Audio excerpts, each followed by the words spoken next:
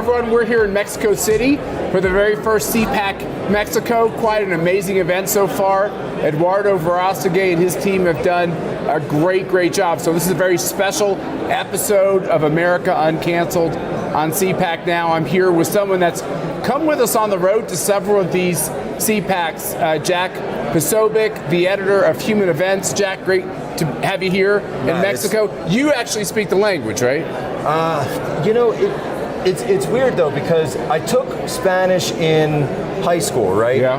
And then I get into the military and I go overseas, and they had me learning Mandarin, and I feel like the Mandarin kind of pushed all the Spanish out. But as I've been here, it's starting to kind of click a little bit. So maybe that file was just there's buried. Something about Chinese that just takes over? Is that what you're saying? Takes over your brain too? Yeah, it's almost like a communist force that just takes over. No, because I was living there, I was using it every day. Yeah. And then I was translating in the military, so it just became my go-to second language. So you came with us to Hungary, and you gave a very rousing address in Hungary. Thank you. About the need to uphold culture. Yes. And you have some foundations to culture. That's right. I assume I got the tail end of your remarks. It was a similar message here in Mexico. I mean, that was we tailored a core message, though. I did have some choice where basically the same message, right? The message is, well, we talk about the West all the time. Well, what is the West? Well, you can go there, you can visit it, but when we say they're taking over the West, well, the same borders, well, arguably, but what we're talking about are the traditions of the West. That's right. And the way that I broke it down in Hungary that day was to say that it was our Greek philosophy, Roman law, which really, if you follow our laws, even our contracts all the way back, it goes back to the precepts of Rome, and the words of the Holy Bible. That is where we get our morality. So our philosophy, our legal system, and our morality. And they're generally based around this. Now, do we have differing cultures and language and different? Of course, right? Obviously, we love those things. That's what makes travel and visiting other places and meeting new people amazing.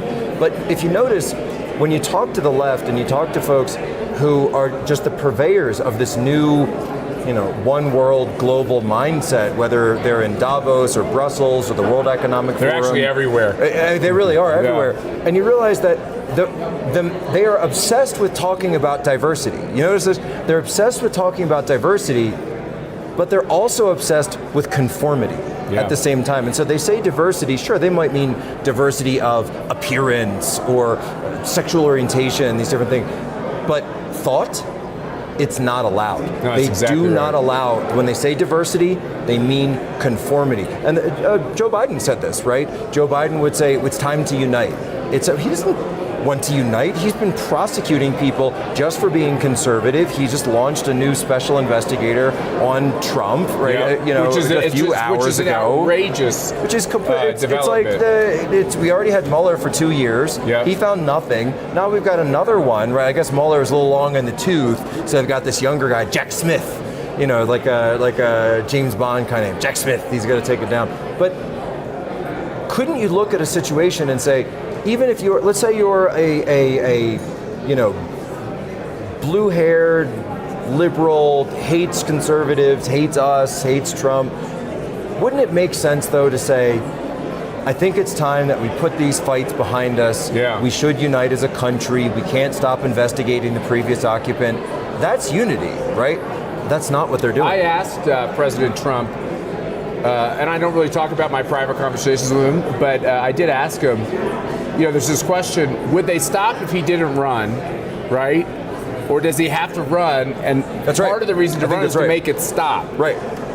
My opinion is that he has they are never going to stop. No. It doesn't matter what he does, they will not stop. And the only way this does all stop, where their desire to put their political opponents in prison, which is what their desire is with Donald Trump, is if it starts with Jim Jordan and it starts with these investigations, and they have to defund parts of the FBI, parts of the DOJ.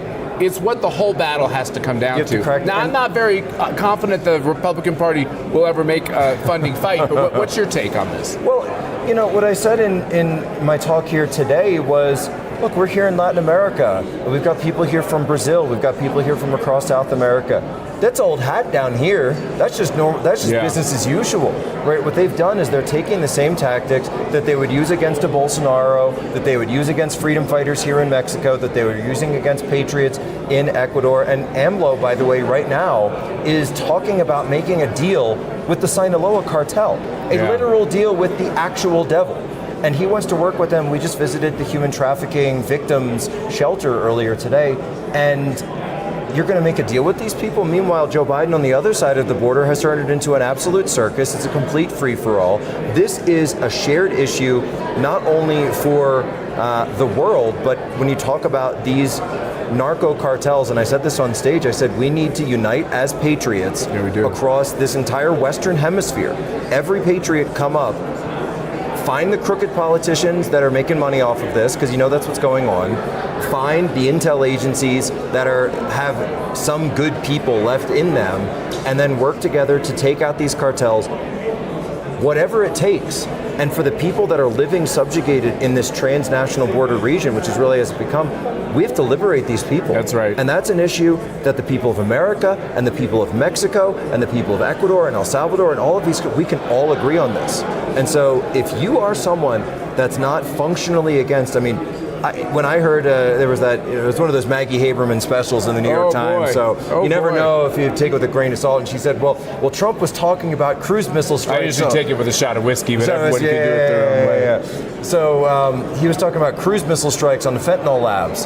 She said, whoa, he's talking about attacking and bombing the car. I said, it's a good start. Yeah, it sounds like a good what's so start. crazy about that? It doesn't sound crazy to me at all. You brought up earlier, so we're talking about the cartels.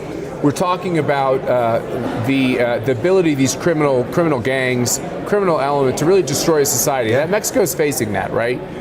Where certainly the border seems to be controlled by the cartels. But they're destabilizing everything. That's right. And you just mentioned, we went and visited, which has become a CPAC tradition now when we go overseas, because of my wife, and I go kicking and screaming every time, like, why are we going to this? In Israel, we went to this wonderful immigration center for these Ethiopian kids who had fled, a pretty rough existence, Jewish kids. They were going to be brought into the Israeli society, and it was a beautiful Ethiopia, thing. They've got, if you're Christian, if you're Jewish in Ethiopia right now, it's a rough go as religious intolerance and persecution goes up and not down around the globe, but it was so moving. It was moving for my daughters to be there. We just came back from Sarah Carter made us go to a trafficking. Well, okay, so are we going to tell the story about? But are we going to tell the story about Sarah Carter driving the SUV? Let's tell the good story about meeting the kids. Even though I know we want this to stay anonymous, but then we're going to tell Sarah Carter's story. Yeah, and I don't have any of that. And obviously, we're not going to use anyone's names or reveal exactly what it was. Probably about, and I'm pretty sure the way they drove us there was a little circuitous. Yeah, so we wouldn't know, but. We met children there, and this was all girls, and I couldn't say that the oldest was more than 10, 11. Raped. Maybe. Involved in pornography. Yeah. Kept as like human slaves. Yeah. Maybe one boy who was there who had a similar experience. Most of us don't even understand. And you read about this in a newspaper. They were great in this center, the work that they're doing to help them get to center themselves after the trauma they've been through, but then also to find them ways to get back into taking online courses and just being there and having a place for them to be safe. Even some of the mothers, they were saying if they could have the ability to reunite with family. And I think CPAC has an obligation to, coming out of this CPAC, we'll make sure people can know if you want to help. It's a pretty, it was one time pretty fancy house, but it's pretty run down, let's be honest. They could use some help. I was shocked, to be honest, and I remember asking because, as an investigator myself, I wanted to know, okay, so how are you funded? And they said, well, we're only private funded. So they're part of the social work system, and that's how the kids, whether it's law enforcement or military, that brings them in after they bust up one of these rings, and they bring them in. I said, well, how much money does the state provide for that? Nothing. Well, if those kids wanted abortions or contraception or any kind of perversion, they could get it probably from the state. But they just want to live in a place where they're not abused and they're on their own. And uplifting, but also heartbreaking at the same time. I agree. It's hard. I don't even know if we have. It's probably one of those words. The Germans probably have a word for that. That's right. And I wouldn't know we it either. we don't have it in English, and it's tough to describe. But look, for me as a dad, and somebody asked me afterwards. They said, "Could you imagine that?" I said, "No, I honestly couldn't, because I can't fathom the idea of not knowing, or at least having a general sense of where my children are at all times." And if my kids were yeah, I saw you in the car. You were checking your texts and you're looking at the videos and sending some videos in. Yeah. And if one of my kids went missing, I'm pulling this microphone off. I'm getting off stage. I'm hopping up. I'm full Liam Neeson, right?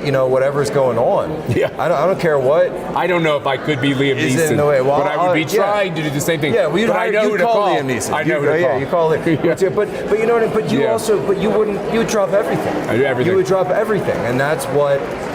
That's what a father. That's what a parent would do. And so to me, I just kept thinking, what.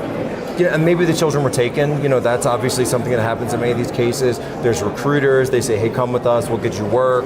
But then we the work need to go back to valuing our kids. Yeah. And without judgment, we have to go back to saying, okay, every child is precious. And when the child in the womb isn't precious, when someone with Alzheimer's can be offed because they don't provide anything to society, there's a coarsening that happens. And That's right. I would even say for myself, a happy little ignorance to the real pain that's going on in a lot of places, including America. And it's one of the damn reasons we have to shut that border.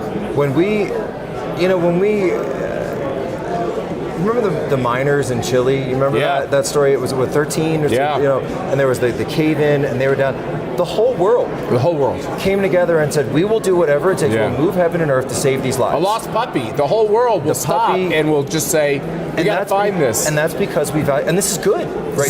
This is good. Yeah. We should be a society that values life, but the idea of going in and saying that we shouldn't value life just because it's on one side of the womb or the other, it makes no sense. Makes no sense. So, and you're right though, that if you are in a society that tells you and preaches from day one that it's okay to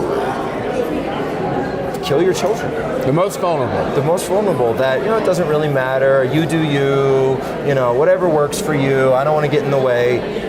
That is not a foundation for a proper society. No, it's a cancer. It's a cancer. And it rips you apart. Now, he brought up Sarah Carter and her driving. And so I assume we'll have Sarah Carter on as a guest. But I want to do my wife said, she said, "Be careful when you're down in Mexico. You're in Mexico City, you'll be by yourself. I hear stories." And Ty and I actually But we didn't know Sarah Carter would be the problem. We went to Juarez, actually, a couple years ago. We walked across. That's another story. But I get in there, I said, "I'm not worried about Mexico. I'm worried about Sarah Carter." I know, driving the SUV. Okay, so look into the camera. We'll give Sarah Carter a chance to defend herself. But give them a little bit of an insight into what it's like to drive around the streets of Mexico City with Sarah Carter. It was as if, so we're in this SUV, Sarah gets the thing, and she goes, "Hey, do any of you guys know how to drive an SUV?" Look here, they're giving us a new cue. They go, Sarah goes, "Do any of you guys know how to drive this thing? I don't know it myself." She pops in now there, you're here. drops it in the drive, takes off, and I don't know if you guys have ever driven around the streets of Mexico City before, but it's not exactly the Autobahn, right? You're talking tiny little hairpin turns, and she's flooring it down the street in a huge, it's like an Escalade that we had, and the whole time black talking. SUV. The whole time talking, telling stories about, she said, "Boy, I did this last time when I was in El Salvador, it was pretty bad. We were in a helicopter. Jack, you see that video?" Looking over her shoulder, and we're all going, and there's dips, and there's buggies, there's people coming in and out, and the whole thing. And then she gets us there, and then 10 minutes more, she slams on the brakes and says, "All right, everybody, put on your blindfolds or put your heads down." Sarah, what's going on? Is there something about Sarah Carter that we don't maybe know? that there's something, And she goes, "Well, there's an operational security function here that we don't want anyone to know where the shelter is." She says the car's too big for this alleyway she's driving through. Yeah. We all have on face masks. And she's like, "Can someone help me see if the car's going to make it?" We're like, "Sarah, we can't see. We can't see anything. Let's put the blindfolds on."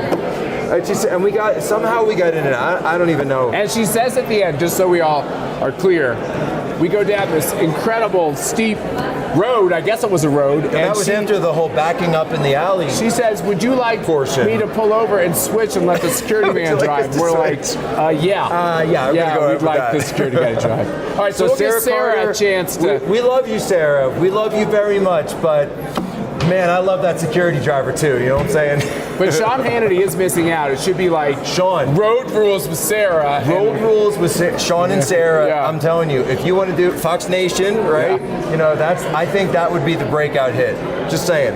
Jack Posobiec, thanks for joining us at another CPAC. I think we're making a difference. And people say, well, America's in a ditch. Why are we going overseas? And the reason is, you talked about civilization. Civilization is under attack and really crumbling in all these important capitals in all these countries. And what we're doing is we are bucking each other up for the fight. We're learning what each other is doing so that we can copy and replicate what is working.